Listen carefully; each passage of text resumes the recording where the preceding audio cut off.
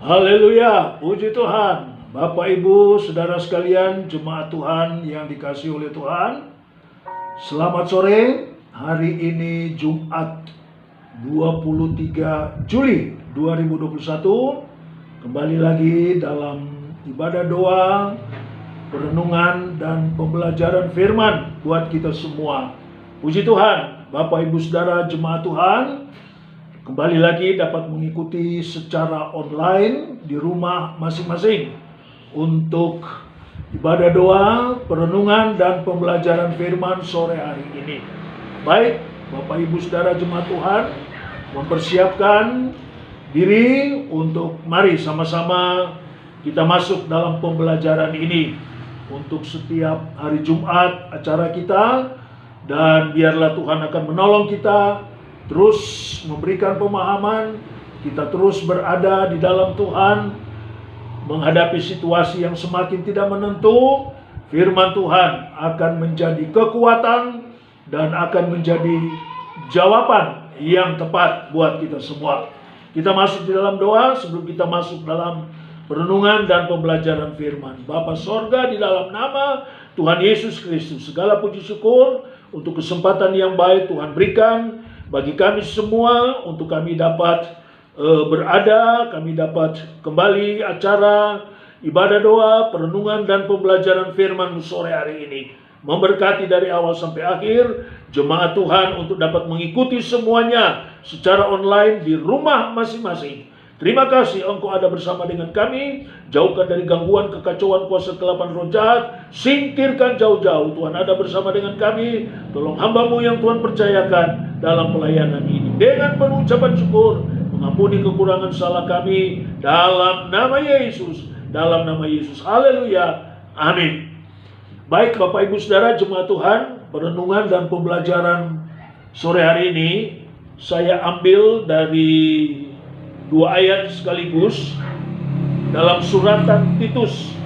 Bapak Ibu bisa membuka Alkitab, suratan Titus patsalnya yang pertama, dan nanti surat Ibrani patsal yang ke-13. Ada dua ayat yang sangat berkaitan ini untuk menjadi pembelajaran dan kita dapat memperhatikannya dengan sungguh-sungguh. Surat Titus patsalnya yang pertama, ayatnya yang ke-9 bagian A. Titus 1 ayat 9 bagian A.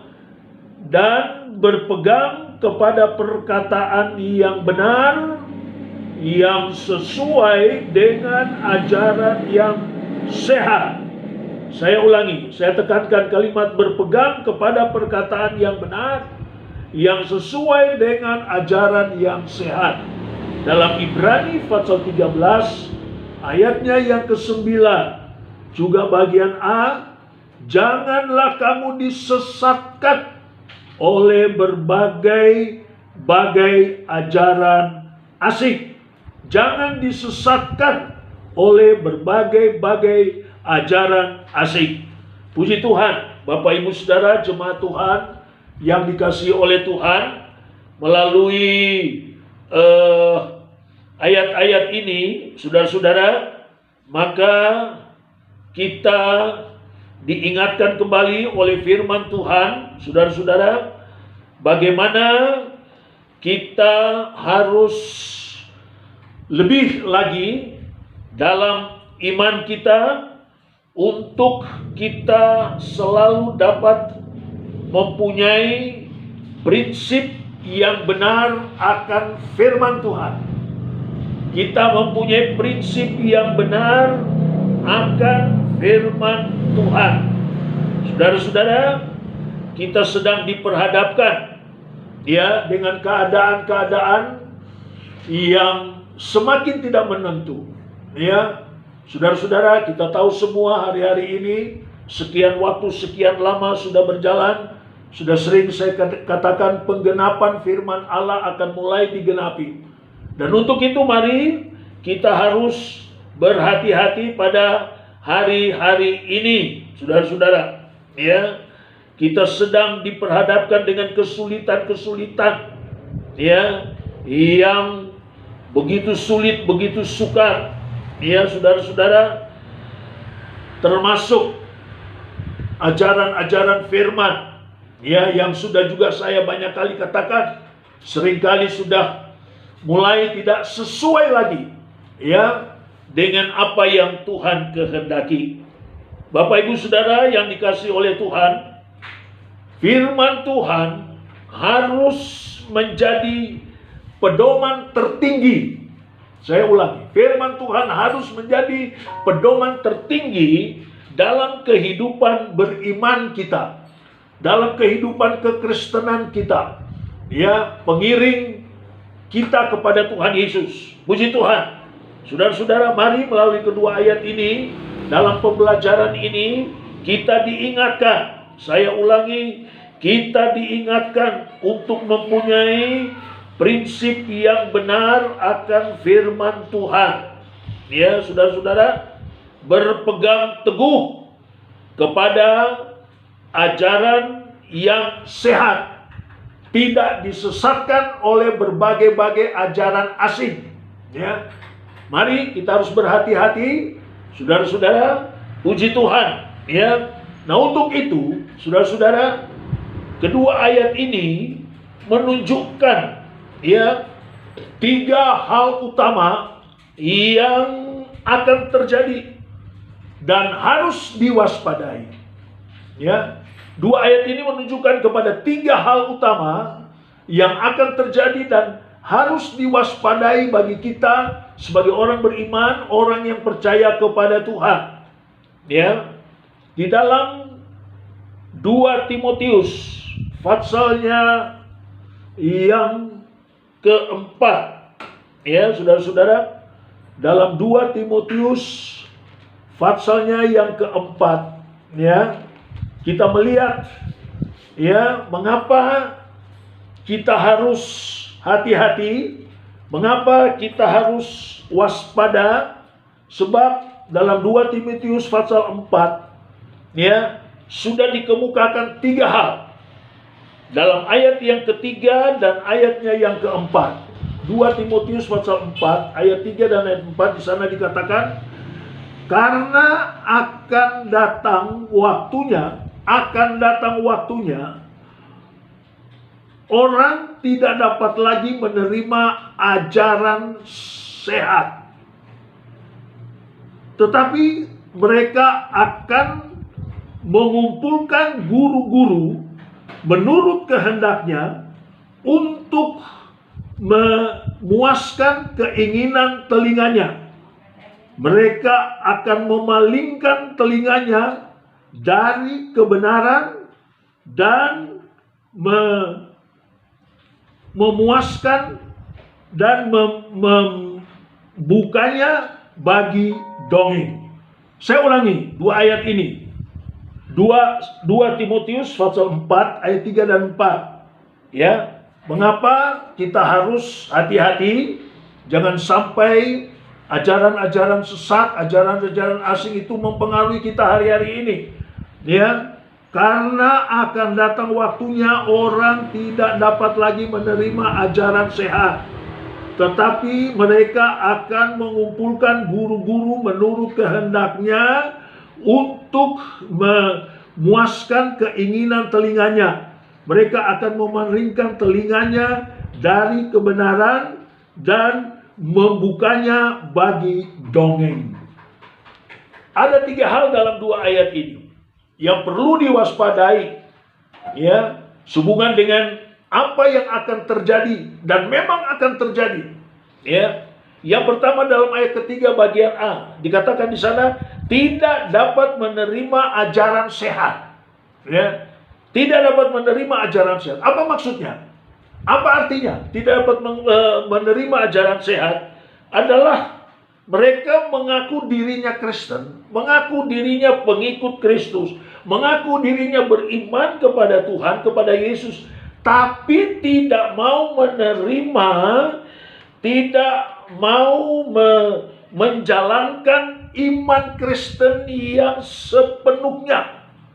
mengaku diri Kristen, mengaku beriman, tapi tidak mau menjalankan kekristenan imannya dengan sepenuhnya, dengan sebenarnya, sesuai dengan firman Tuhan. Ini menerima ajaran sehat. Terungkap di dalam 2 Timotius pasalnya yang ketiga.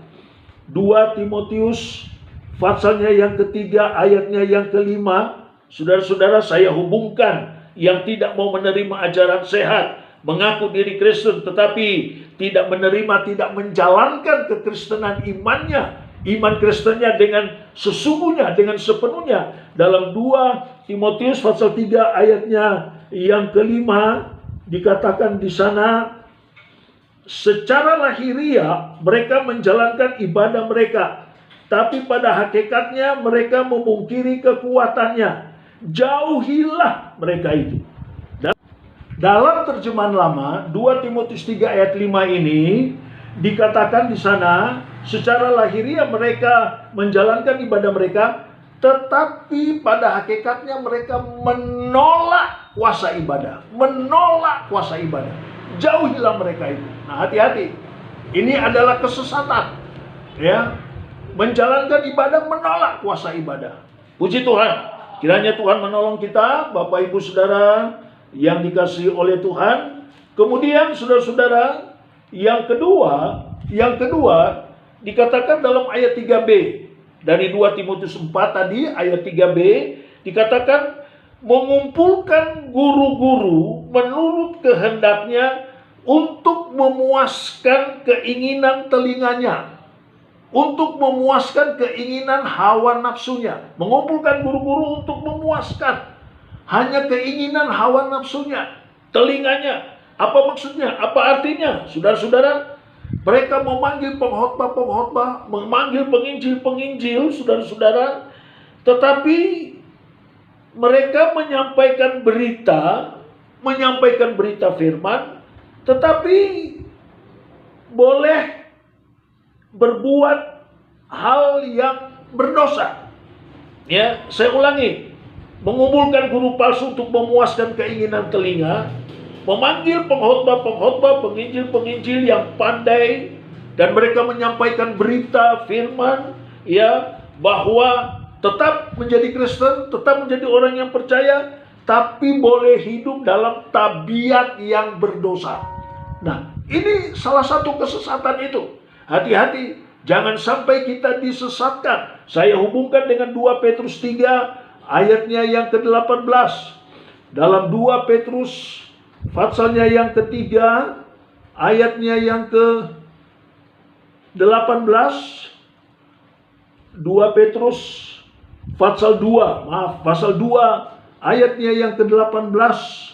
Di sana dikatakan, sebab mereka mengucapkan kata-kata yang congkak dan hampa, dan mempergunakan hawa nafsu cabul untuk memikat orang-orang yang baru saja melepaskan diri dari mereka yang hidup dalam kesesatan. Ya, perhatikan guru-guru palsu itu, mereka mengucapkan kata-kata yang congkak, kata-kata yang hampa, mempergunakan hawa nafsu. Bahkan dikatakan hawa nafsu cabul untuk memikat orang-orang yang baru saja melepaskan diri dari mereka yang hidup dalam kesesatan. Ya, hati-hati. Mereka begitu mempengaruhi. Ya, mereka begitu mencoba untuk memprovokasi mereka yang sudah melepaskan diri, tapi diprovokasi lagi. Ya, nah inilah. Ya, hal-hal yang begitu menyesatkan yang akan terjadi, dan yang memang sudah terjadi pada hari-hari ini. Hati-hati Bapak Ibu Saudara. Dan yang ketiga, dalam ayat 4, 2 Timotius 3, ayatnya yang keempat. Saudara-saudara, dikatakan di sana, memalingkan telinga dari kebenaran. Memalingkan telinga dari kebenaran. Artinya, tidak dapat menerima ajaran firman Tuhan mengenai perbuatan dosa, mengenai kesucian, mengenai kesalahan, ya, mengenai hidup dalam kekudusan. Tidak dapat menerima, ya, memalingkan diri dari kebenaran, tidak mau dengar. Ya, saudara-saudara, tidak mau mendengar nasihat-nasihat firman yang benar, yang menunjukkan kesalahan, yang menunjukkan dosa, yang menunjukkan harus dalam kesucian, harus dalam kekudusan. Tidak mau dengar. Ya, hidup beriman, hidup kekristenan, tapi tetap dalam tabiat berdosa. Ini memalingkan telinga. Yang keempat, nah dalam 2 Timotius 3 ayatnya yang ke-7 saya hubungkan dengan 2 Timotius pasalnya yang ketiga, ayatnya yang ke-7. Di sana dikatakan 2 Timotius 3 ayatnya yang ke-7, yang walaupun selalu ingin diajar, namun tidak pernah dapat mengenal kebenaran. Ingin diajar, tapi tidak mau mengenal kebenaran. Ingin diajar, tapi tidak mau yang kebenaran yang benar sesuai firman Tuhan yang benar, tidak mau. Inilah kesesatan itu. Bapak, Ibu, Saudara, jemaat Tuhan, hati-hati ya, jangan memberi dirimu ya untuk disesatkan. Ya, saudara-saudara, berpegang kepada perkataan yang benar, yang sesuai ya dengan ajaran yang sehat. Mari kita jauhi ini, hati-hati kalau 3 hal ini muncul untuk memprovokasi saudara, kembali kepada firman Allah yang benar. Puji Tuhan. Saudara-saudara, nah sekarang sebagaimana untuk kita dapat berpegang kepada ajaran sehat? Bagaimana untuk kita bisa tetap ada di dalam ajaran sehat? Dalam suratan 1 Yohanes pasalnya yang keempat, 1 Yohanes pasalnya yang keempat, ayatnya yang pertama. Di sana dikatakan 1 Yohanes 4 ayat yang pertama, saudara-saudaraku yang kekasih, janganlah percaya akan setiap roh, tetapi ujilah roh-roh itu, apakah mereka berasal dari Allah. Sebab banyak nabi-nabi palsu yang telah muncul dan pergi ke seluruh dunia. Ya, hati-hati. Dalam terjemahan sehari ayat ini berkata, dalam terjemahan sehari-hari, jangan percaya akan sesuatu yang saudara dengar hanya karena dikatakan bahwa berita itu berasal dari Allah. Jangan percaya akan sesuatu yang saudara dengar hanya karena berita itu datang dari Allah. Tetapi ujilah lebih dulu. Ujilah lebih dulu berita itu. Apakah hal itu benar? Karena di sekitar kita banyak guru-guru palsu. Puji Tuhan. Dan yang kedua, yang harus kita waspadai, apa yang harus kita lakukan? Bagaimana untuk kita berpegang kepada ajaran yang sehat? Waspada, ujilah. Hati-hati, jangan sembarang menerima. Dan yang kedua dalam 1 Petrus 2, ayatnya yang kedua. Dalam 1 Petrus pasal 2, ayatnya yang kedua, dikatakan di sana, karena itu 1 Petrus 2 ayat yang kedua, dan jadilah sama seperti bayi yang baru lahir, yang selalu ingin akan air susu yang murni dan yang rohani, supaya olehnya kamu bertumbuh dan beroleh keselamatan. Perhatikan dikatakan, jadilah seperti bayi yang baru lahir, yang selalu ingin akan air susu yang murni. Selalu ingin akan air susu yang murni, yang rohani, supaya kamu bertumbuh. Air susu yang murni, yang rohani, itulah firman Allah yang benar. Itulah firman Allah yang tidak disesatkan.